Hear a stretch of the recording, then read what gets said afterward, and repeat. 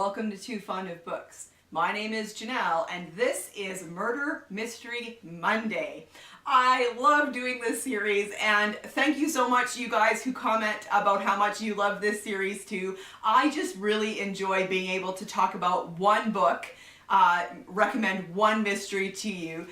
So I like, periodically doing these nice short videos where I recommend one mystery that I've really enjoyed. So for today's Murder Mystery Monday, we are heading to Victorian London with The House of Silk by Anthony Horowitz. This is a book that he wrote in 2011 and it was actually approved by the estate of Conan Doyle, and that was a big thing because there is an awful lot of Sherlock Holmes pastiches and books that are about him but kind of weren't approved by the estate, but this one was.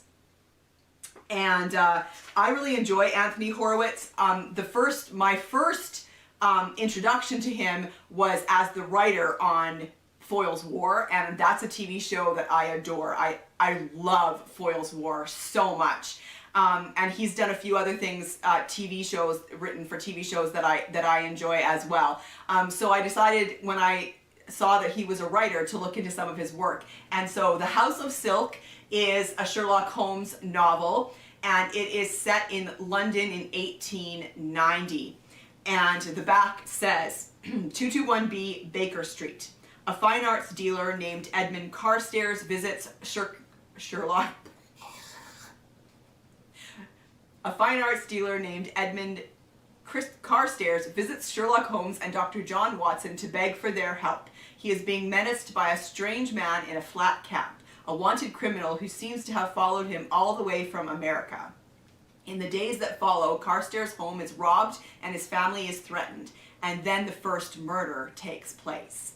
The House of Silk brings Sherlock Holmes back with all the nuance, pacing, and almost superhuman powers of analysis and deduction that made him the world's greatest detective, in a case depicting events too shocking, too monstrous, ever to appear in print until now. I really enjoyed this book. He's got another Sherlock Holmes one out called Moriarty that I also did really enjoy. Just to let you know, some of the plot, the content in this one is hard to read about. So I'll just put that out there. But all accurate to the 1890s. I mean, this stuff happened, unfortunately. So The House of Silk, yeah, I really enjoyed it, and I found it really interesting that it was approved by the Conan Doyle estate. Here is a praise or a review from Christopher Fowler, who is an author that I really love. He writes the Bryant and May series, the Peculiar Crimes Unit series. Horowitz, commissioned by the Conan Doyle estate, provides pitch-perfect atmosphere in a novel that's both a tribute to Holmes' creator and a grace note with a politically damning conundrum at its heart. So there you have it. I'll read for you the first sentence. There's a preface. It's told in the first person, like all the Sherlock Holmes ones, so it's the same way. It's narrated by Dr. Watson. The preface reads, "I have often reflected upon the strange series of circumstances that led me to my long association with one of the most singular and remarkable figures of my age. If I were of a philosophical frame of mind, I might wonder to what extent any of us is in control of our own destiny, or if indeed we can ever predict the far-reaching consequences of actions which at the time may seem entirely trivial." Chapter 1. "Influenza is unpleasant," Sherlock Holmes remarked, "but you are right in thinking that with your wife's help the child will recover soon."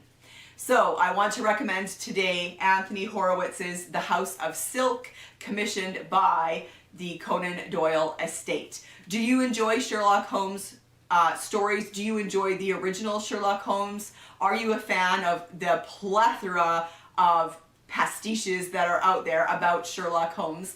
And have you read Anthony Horowitz? Have you read The House of Silk? Let's chat in the comment section down below, and I will see you for another video soon.